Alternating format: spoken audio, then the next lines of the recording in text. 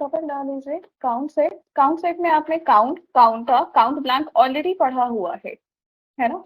हमें next start करना है काउंट इफ और काउंट इफ्स। मैंने आपको काउंट इफ बताया हुआ है और काउंट इफ्स का मैंने आपको कल एक वर्किंग कराया था।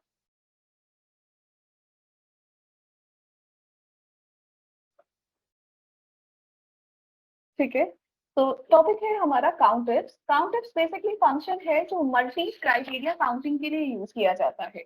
मल्टी क्राइटेरिया काउंटिंग का मीन्स क्या है, यहाँ पे मल्टीपल लॉजिक बेसिस पे आप काउंटिंग्स कर सकते हैं।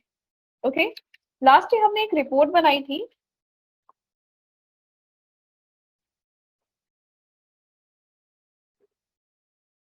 नोट करिएगा काउंट इफ और काउंट इफ्स को पहले, देन इसका प्रैक्टिकल स्टार्ट करें।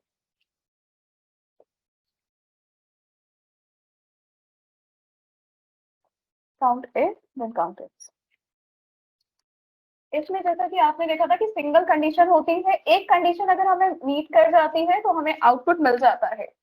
जबकि काउंट इफ्स में फंक्शन आपका मल्टी काउंटिंग के बेसिस पे यूज किया जाता है। यहाँ पे आप मल्टी क्राइटेरिया दे सकते हैं। क्राइटेरिया आपका बेस हो सकता है टेक्स्ट पे, डेट पे, नंबर्स पे या किसी अदर कंडीशन पे।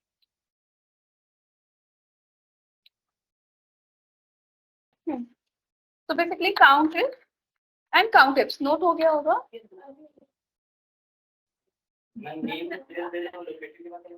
नेम, ब्रांड, जिस ब्रांड में वो सेल करेगा उसका लोकेशन और उसकी सेल्स वैल्यू।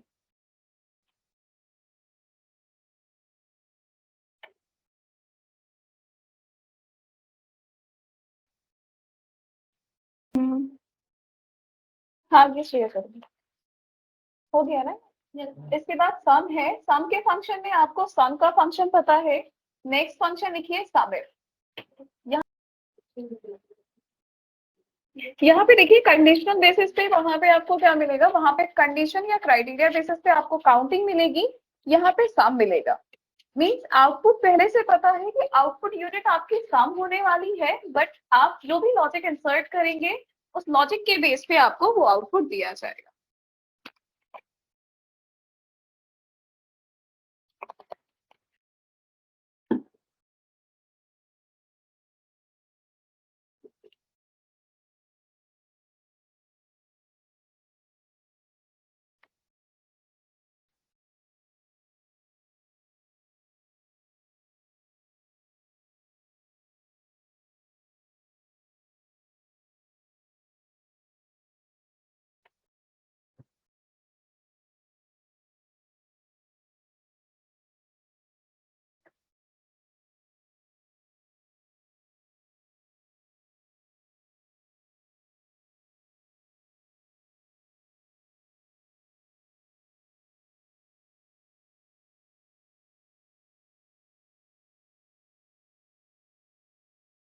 नोट हो गया।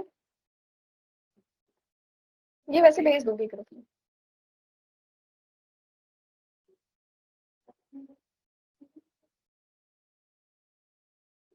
अंकित नाम होगा आपका, साइन कर दिया है।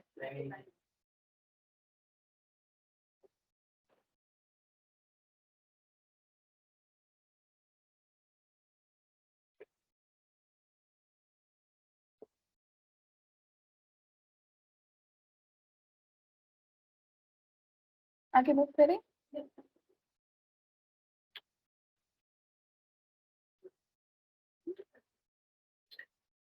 तब तक बाकी सारे लोग जिनको रिपोर्ट बनानी है वो रिपोर्ट बना लेंगे।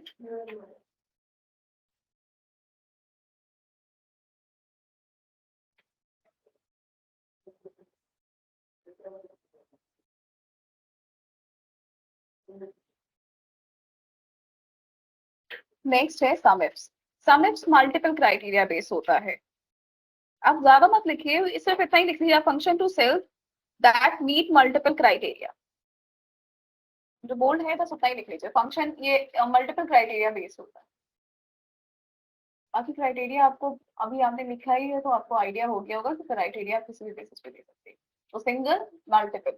जो रिपोर्ट बनानी है उसमें आप देंगे name, brand, location and sales.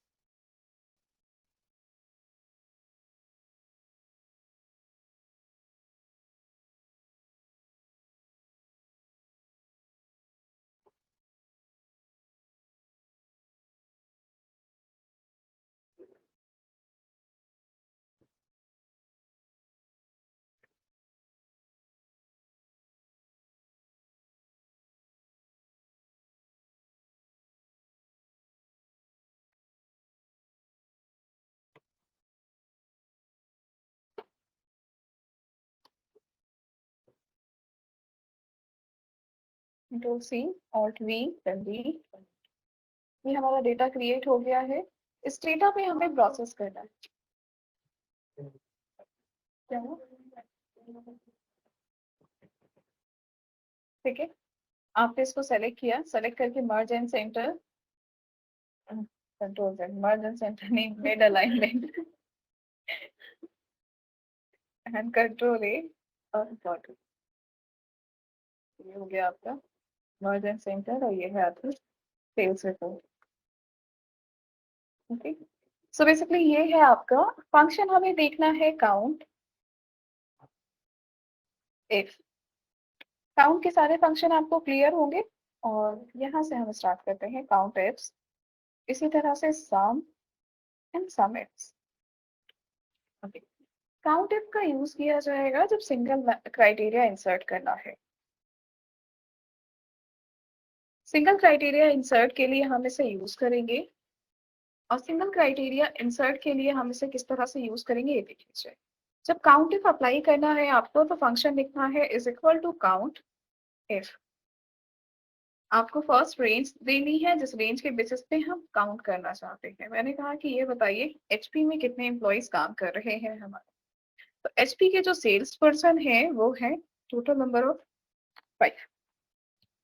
ठीक है, अब अगर आप ये चेक करना चाहो कि मैंने आपसे कहा कि यहाँ पे आप अपना ब्रांड लिखिए और उस ब्रांड के बेसिस पे हमारे नंबर ऑफ एम्प्लॉय आपको found, number of sales person आपको फाउंड करके दे दिए जाएंगे। ठीक है, हमने कहा कि एक फॉर्मूला बना लेते हैं। उस फॉर्मूला के बेस पे आप यहाँ पे ब्रांड टाइप करेंगे तो आपको उस ब्रांड में काम करने वाले जितने भी सेल्स पर्सन है उनकी काउंटिंग मिल जाएगी। सो हमने यहाँ पे फंक्शन दिया is equal to count if और यहाँ पे रेंज दिया।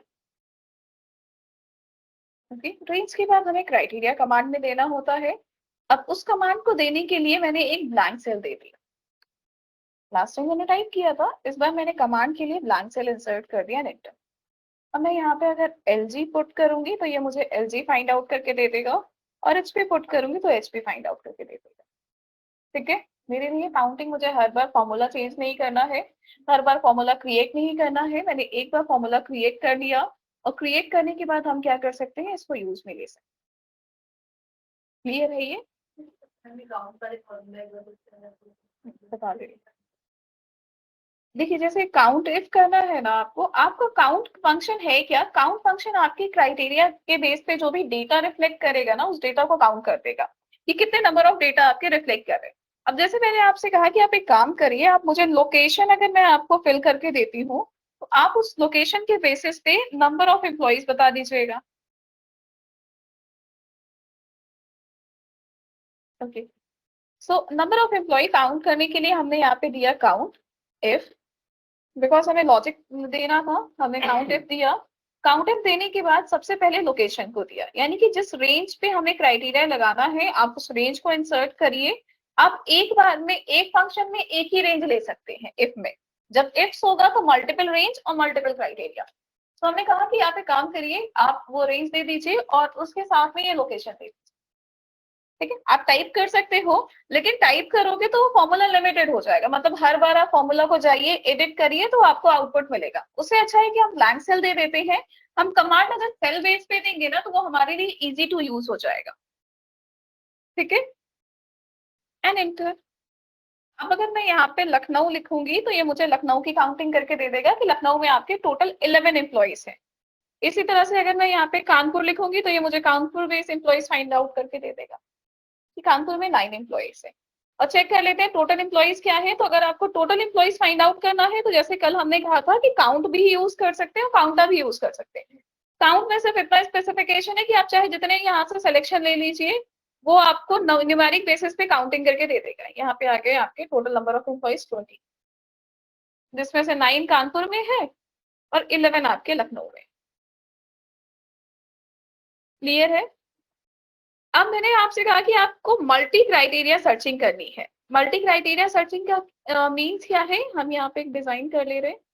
मैंने आपसे बोला कि आप एक काम करो, मैं जिस ब्रांड को लिखूं उस ब्रांड की एक पर्टिकुलर लोकेशन में नंबर ऑफ एम्प्लॉइज काउंटिंग क्या है वो बता दो, है ना? मैंने डेटा किस बेसिस से फाइंड आउट किया, पहले मैं ब्रांड देख लेती हूँ कि एलजी ब्रांड में कितने लोग काम कर रहे हैं, ठीक है। फिर एलजी में लखनऊ में कितने काम कर रहे हैं वो सर्च कर लेती हूँ। तो जब हमें मल्टी क्राइटेरिया सर्चिंग करनी है तो काउंट इफ काम नहीं करेगा, वहां पे आप देंगे काउंट इफ्स। आपने सबसे पहले रेंज दिया, यहाँ पे आपको रेंज और क्राइटेरिया इंसर्ट करते जाना है। किसी भी रेंज को आप फर्स्ट रेंज सेलेक्ट कर सकते हो, मैंने इसे फर्स्ट रेंज सेलेक्ट कर लिया और इसके बेसिस पे ब्रांड के लिए मैंने ये सेल असाइन किया है तो ये सेल दे दिया and comma next criteria and comma और इसके बाद ये हो गई इसकी लोकेशन, ठीक है, एंड एंटर। अब अगर मैं यहाँ पे चेक करूंगी कि एसर के कितने एम्प्लॉइज आपके लखनऊ में है अभी वर्किंग में, तो 3 एम्प्लॉय हमारे लखनऊ में काम कर रहे हैं। एसर में कितने एम्प्लॉइज कानपुर में है, तो एसर के 5 एम्प्लॉइज कानपुर में काम कर रहे हैं, ठीक है, यानी टोटल 8 एम्प्लॉइज हैं एसर में। एक बार चेक कर लेते हैं कि एसर की काउंटिंग क्या है। एसर में 8 एम्प्लॉइज दिखा रहा है, 5 लखनऊ के हो गए, 5 कानपुर के हो गए, ठीक है। सो डेटा को इस तरह से आपको यूज करना है। और ये जो फंक्शन है, इस फंक्शन के लिए हम मास्टर शीट और आपके डेटा शीट दोनों पे काम कर सकते हैं। जैसे ये हमारी डेटा शीट हो गई, यहाँ पे हमारा डेटा है और इसके ही बगल में हमने एक मास्टर शीट बना ली, मतलब जितने फॉर्मूलाज हैं सारे फॉर्मूलाज हम कहाँ बनाएंगे, सारे फॉर्मूलाज हम यहाँ पे बनाएंगे, ठीक है। अब नंबर ऑफ एम्प्लॉय हमें चाहिए था बेस्ड ऑन लोकेशन। एक हमने लोकेशन की बेस के लिए फॉर्मूला बना दिया, दूसरा हमने बना दिया number of employ in particular brand. आप भी इसी तरह से प्रैक्टिस करिएगा तो आपको चीजें समझ में आएंगी अभी, ठीक है। थर्ड हमने बनाया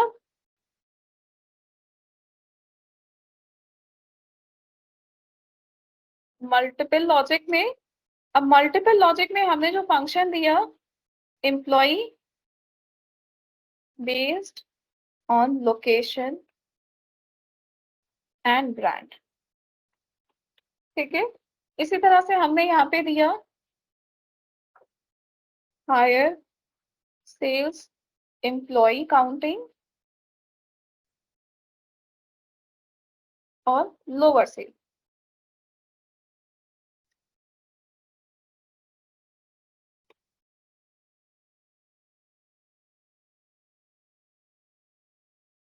अब हायर और लोअर के लिए जो हमने क्राइटेरिया रखा है वो क्राइटेरिया एक बार मैं देख लेती हूँ तो मैं इसमें से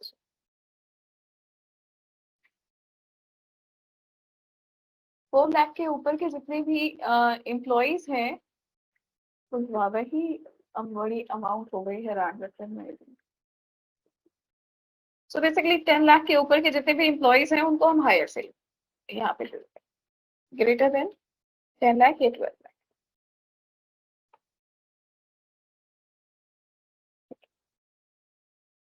कुछ इस तरह से हमने शीट का पैटर्न बनाया है। अब आते हैं आपका वर्किंग करने।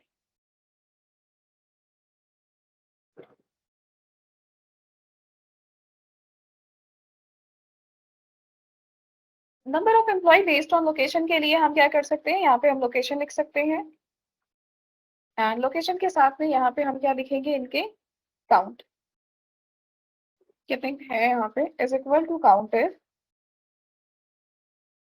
यहाँ से हम देंगे रेंज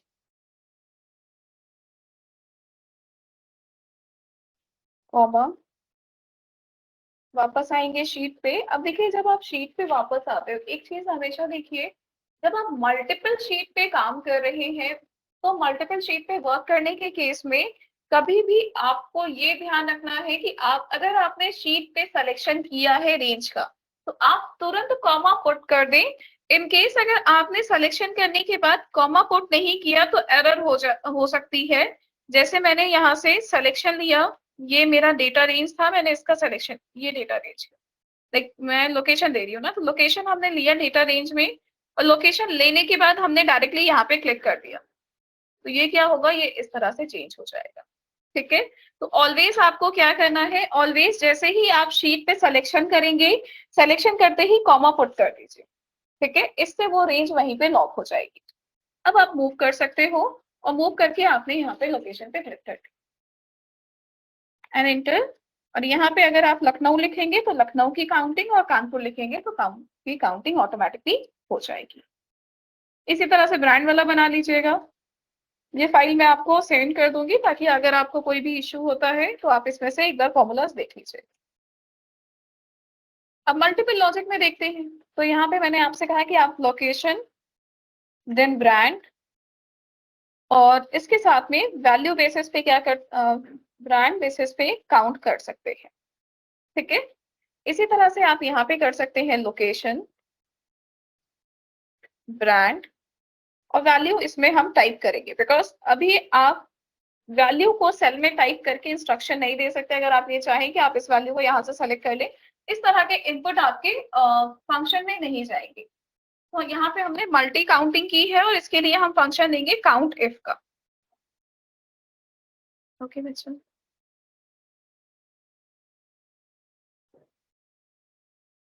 अभी विजिबल होगा ना काउंट इफ। नेक्स्ट इसे हम वहां वाली क्लास में ले लेंगे, यहाँ बहुत ज्यादा वैसा हो जा रहा है ना कंजेस्टेड।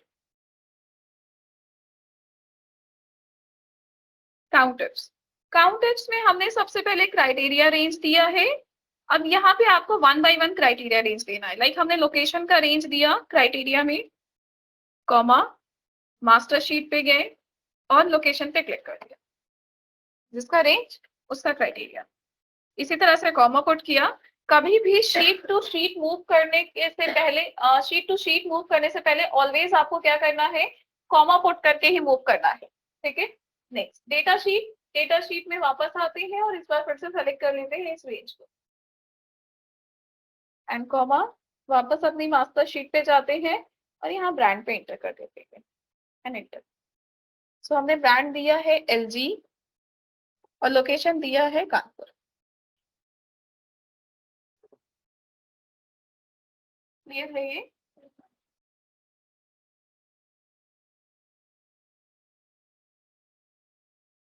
नेक्स्ट, अब देखिए अगर आपको किसी भी फंक्शन में इनपुट में क्या डालना है, किसी तरह की वैल्यू लिखनी है, तो वैल्यू बेस्ड इनपुट्स के लिए आप क्या करोगे, यहाँ पे हम आते हैं एक और काउंट पे। मैंने आपको लास्ट डे भी बोला था कि आप एक काउंट के फंक्शन में ओवरऑल 255 लॉजिक सिंगल टाइम में इंसर्ट कर सकते हैं। ठीक है, अगेन फंक्शन दिया हमने काउंट इफ का, सॉरी काउंट इफ्स। हमने सबसे पहले अपना क्राइटेरिया रेंज दिया है, ये हमारी क्राइटेरिया रेंज है, देन कॉमा और ये हमारा लोकेशन हो गया। अगेन नेक्स्ट हमारा ब्रांड का रेंज हो गया और ब्रांड के लिए भी यहाँ पे हमने, ठीक है, देन कॉमा और इसके बाद हमने वैल्यू बेस्ड भी कुछ फंक्शन इस बार लॉजिक देने हैं, तो ये हमने वैल्यू सेलेक्ट कर ली और कॉमा और वैल्यू को ग्रेटर देन 12,000, सॉरी 12 लाख। अब अगर ये तीनों कंडीशन मैच करेगी तो डेटा रिफाइन होगा वरना नहीं होगा। ठीक है, अब मैंने यहाँ पे इनपुट दिया Lucknow, location, brand HP। 3 employees हैं जिन्होंने 12 लाख के ऊपर हमारी सेल की है। फाइंड, आपको लेस देन फाइंड आउट करना है तो लेस देन के लिए सेम लेस देन का साइन लग जाएगा और काम हो जाएगा। यहाँ तक क्लियर है? अब अगर मैं आपसे ये पूछ लूं कि आप मुझे काउंटिंग तो बता रहे हो, आप ये भी बता दो कि लाइक लखनऊ LG में कानपुर में 2 लोग सेल करते हैं, उनकी टोटल सेल्स वैल्यू क्या है, यानी उन्होंने टोटल कितना सेल किया है कानपुर में। तो टोटल सेल्स फाइंड आउट करने के लिए आप क्या करेंगे, तब आप सम इफ पे जाएंगे। ठीक है, यहाँ तक तो समझ में आया होगा। यहाँ पे भी हम टोटल सेल्स का एक फॉर्मूला बना लेते हैं। सिंगल लॉजिक में टोटल सेल बना सकते हैं, मल्टी में भी बना सकते हैं। सिंगल लॉजिक मतलब आपने सिर्फ लोकेशन में लखनऊ की टोटल सेल्स कितनी है, कानपुर की टोटल सेल्स कितनी है, सिर्फ इतना पता करना। ब्रांड टू ब्रांड हमें नहीं चेंज करना है, तो इसके लिए हम फंक्शन देंगे सम इफ। सेम फंक्शन है, एग्जैक्टली सेम है, बस एक चेंजेस है यहाँ पे। यहाँ पे सम रेंज एक एडिशनल यूनिट के वे में आता है। ठीक है, सम इफ देने से पहले मैं आपको एक बार, अच्छा ठीक है देखते हैं, अगर कुछ क्लियर नहीं होगा तो बताइएगा। फिलहाल हमने रेंज दिया, ये हो गया हमारा रेंज। ये हमारा रेंज हो गया, कॉमा अप्लाई किया, ओके। नेक्स्ट लोकेशन दिया, कॉमा अप्लाई किया, सम रेंज। आप चूंकि आप सम कर रहे हो तो जाहिर सी बात है सम करने के लिए आपको कोई ना कोई न्यूमेरिकल वैल्यू रिक्वायर्ड हो। सम न्यूमेरिक्स पे ही कर सकते हैं, टेक्स्ट का कोई सम नहीं होता है। सो आपने यहाँ से ये न्यूमेरिक वैल्यू इंसर्ट कर,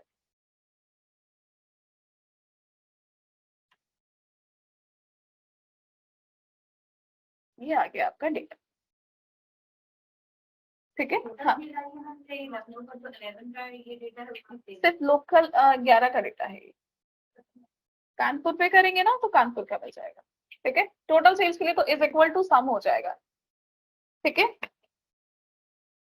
यहाँ तो कोई प्रॉब्लम नहीं होगी। हम अगर यहाँ पे लोकेशन चेंज करेंगे तो लोकेशन के एम्प्लॉय चेंज होंगे और उन एम्प्लॉयज की टोटल सेल्स यहाँ पे आ रही। अच्छा, एक बार ये फॉर्मूला फिर से देखते हैं, सम इफ का नॉर्मल वे।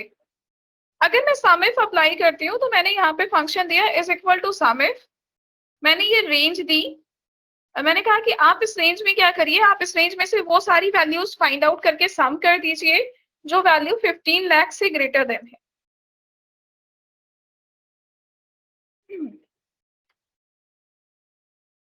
ठीक है, थोड़ा सा कॉम्प्लिकेटेड ये जाएगा बिकॉज इसके बाद इसके मल्टीपल लॉजिक में आपको रेंज सिलेक्शन का इशू आता है, बस इसलिए थोड़ा ध्यान से इसे। हाँ,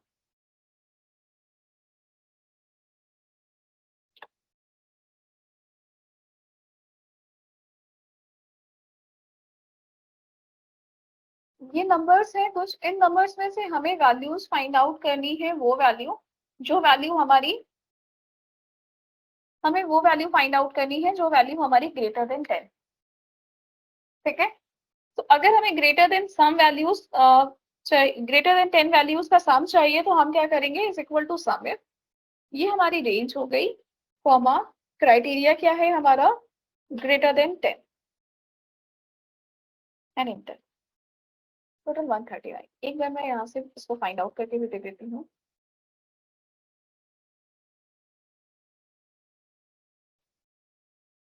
ये जो सम है ये इन सभी सर्विस का सम है,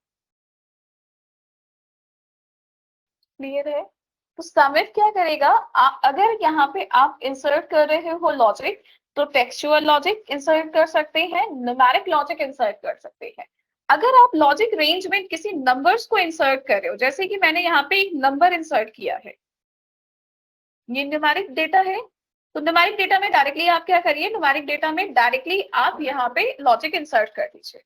इन केस अगर डेटा न्यूमेरिक नहीं है, जैसा कि यहाँ पे अगर आप देखोगे ना तो जो पहली रेंज थी वो न्यूमेरिक नहीं थी, उसमें लिखा हुआ टेक्स्ट था। अब स्ट्रिंग अगर टेक्स्ट है तो स्ट्रिंग पे आप पहले लॉजिक दीजिए और लॉजिक के बाद जिस कॉलम से आप डेटा डिफाइन करना चाहते हो उस कॉलम से डेटा निकाल के दे दीजिए। क्लियर है ये, ओके। नेक्स्ट आते हैं, अब इसके बाद क्या है आपका सम इफ्स। सम इफ्स में पहले ये दिखा डिफाइन कर दीजिए कि आप कहाँ से सम करोगे, मतलब सबसे पहले सम रेंज दे दो।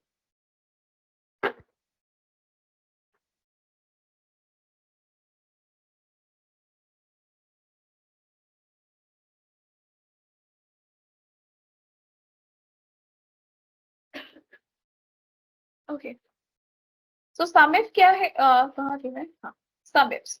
सम इफ्स में सबसे पहले हम रेंज डिफाइन कर देंगे, जैसा कि यहाँ पे लिखा भी है कि आप सबसे पहले क्या डिफाइन करिए, सम रेंज। तो सम रेंज इस डेटा में न्यूमेरिक जो भी हम लॉजिक अप्लाई करेंगे उस लॉजिक को इसी डेटा में से फाइंड आउट किया जाएगा, ठीक है, कॉमा देन क्राइटेरिया रेंज। अब क्राइटेरिया रेंज क्या हो गई मेरी, फर्स्ट क्राइटेरिया हम देते हैं लोकेशंस की, ये हो गया लोकेशन, कॉमा, और यहाँ पे हमने दिया लोकेशन अगेन, कॉमा, दूसरा रेंज दिया हमने ब्रांड, ये ब्रांड का लोकेशन हो, ये ब्रांड हो गया और ये ब्रांड का लॉजिक हो गया एंड इंसर्ट।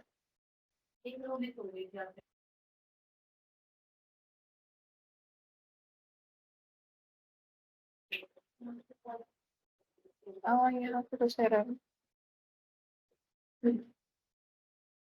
एक बार फिर से अप्लाई कर लीजिए। हमने फंक्शन दिया is equal to sum ifs and सबसे पहले हमने दिया सम रेंज, ये हो गई हमारी सम रेंज, ठीक है, कॉमा पुट कर देते हैं। दूसरा हमें देना है लोकेशन, तो हमने लोकेशन की रेंज दी, कॉमा, और ये हो गया हमारा लोकेशन, अगेन कॉमा। नेक्स्ट हमने दिया ब्रांड, कॉमा, और इसके साथ में ये हो गया ब्रांड का लॉजिक, इंटर, ये आ गई आपकी टोटल सेल। अब कानपुर में एसर की सेल देखना चाहेंगे तो एसर की मिल जाएगी, एचपी की, एलजी की, जिसकी सेल देखना चाहेंगे आपको मिल जाएगी। तो इशू है इसमें। एक और इसको थोड़ा इजी वे में भी बता देती हूँ, इतनी बड़ी प्रैक्टिस कर पाओ ना कर पाओ, अटेंडेंस शीट सभी अटेंडेंस शीट कह रही हूँ, मार्कशीट सभी बना लेते होंगे। सबसे इजी रिपोर्ट में से काउंट की जाती है मार्कशीट। अब मैं यहाँ पे कुछ स्टूडेंट के नेम लिख देती हूँ, लाइक ये हो गए उनके नेम।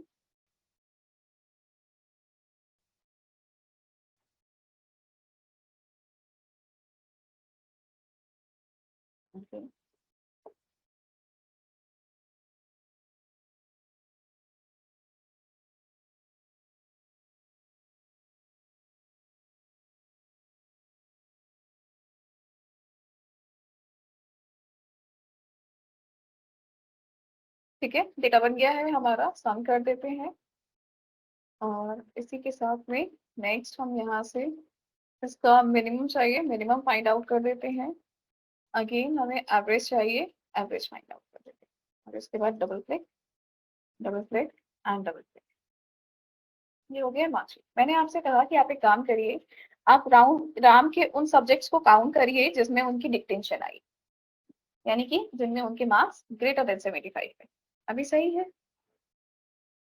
इतना तो क्लियर है ना कि डिक्टेंशन हमारा ग्रेटर देन 75 होता है। तो आप एक काम करके बता दीजिए कितने सब्जेक्ट में राम अपनी डिक्टेंशन लेके आए हैं। ठीक है, सो हमने is equal to count if दिया। अगर आप उतना टिपिकल नहीं कर पाएंगे ये दोनों, तो एटलीस्ट मार्कशीट पे प्रैक्टिस कर लीजिएगा। सो हमने दिया काउंट इफ, और काउंट इफ देने के बाद ये हमारी रेंज है जिसमें से हमें डेटा ढूंढना है। ठीक है, कॉमा, डेटा किस बेसिस पे ढूंढना है, ग्रेटर देन 75 एंड एंटर। एक सब्जेक्ट है जिसमें डिक्टेंशन, ठीक है, सो ये हो गया काउंट इफ। अब नेक्स्ट इसी तरह से मैंने आपसे कहा कि आप एक काम करो, आप इनके डेटा फाइंड आउट करो इनके, बट ग्रेटर देन 60, यानी कि मार्क्स आपके इनके क्या होने चाहिए, ग्रेटर देन 60 होने चाहिए, बट लेस देन क्या होना चाहिए,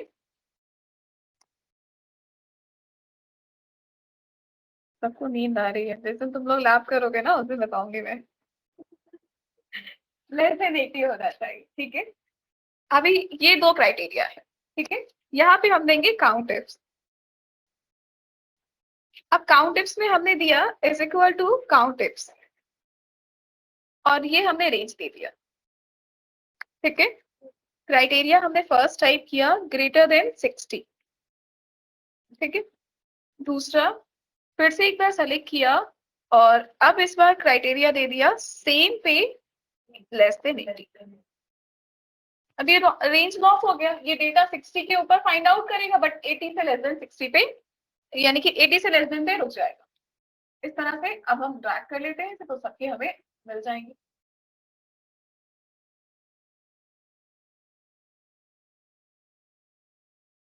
ऐसे प्रैक्टिस कर लेना अभी। काउंट इफ हो गया, काउंट इफ्स हो गया। अब मैंने आपसे कहा कि जो सब्जेक्ट इनके आपने फाइंड आउट करके ये नंबर्स में दिए हैं ना, इन्हीं को सम पे ड्रॉ कर दो। तो पहला फंक्शन सम इफ, दूसरा function sum if is equal to sum if, function बना दो अगेन, रेंज दिया मैंने, और कॉमा, डबल कोट्स, और इस बार मैंने क्या बताया आपको, ग्रेटर देन 75, ठीक है। एक ही सब्जेक्ट में थे तो उसका सम 79 आएगा। जिनके में नहीं था उनके में 0 आ रहा है और जिनके में 2 है उनके में सम करके दिया जा रहा है। ठीक है, एक बार सम इफ अप्लाई कर लेते हैं अब।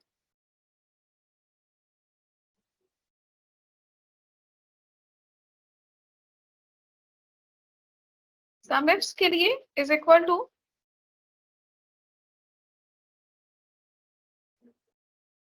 To sum ifs.